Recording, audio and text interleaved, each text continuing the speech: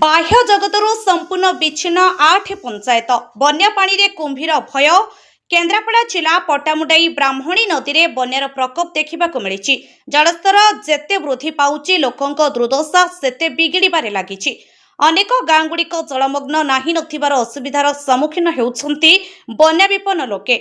विशेषकर श्रीरामपुर, डामरपुर और बलभद्रपुर पंचायत बाह्य जगतरू संपूर्ण विच्छिन्न होइथिबा बेले शासन पंचायत निमपुर गाँवर किछि परिवार बाह्य जगतरू विच्छिन्न होइथिबा देखिबाक मिलिछि।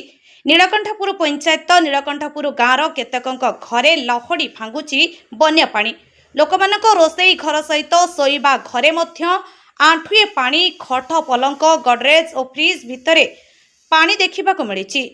रोषेई घरे पानी भरी रहिथिबारु अनाहार रे एठाकर लोके स्थानीय प्रशासन पक्षरु बन्या विपन्न पंचायतर लोक माने सुविधा पाई डंगाटिए व्यवस्था करासाई नथिबा बेले पट्टामुंडाई वीडियो को फोन कले भी वीडियो फोन उठाउ नथिबा कहिसंती बन्या विपन्न लोके।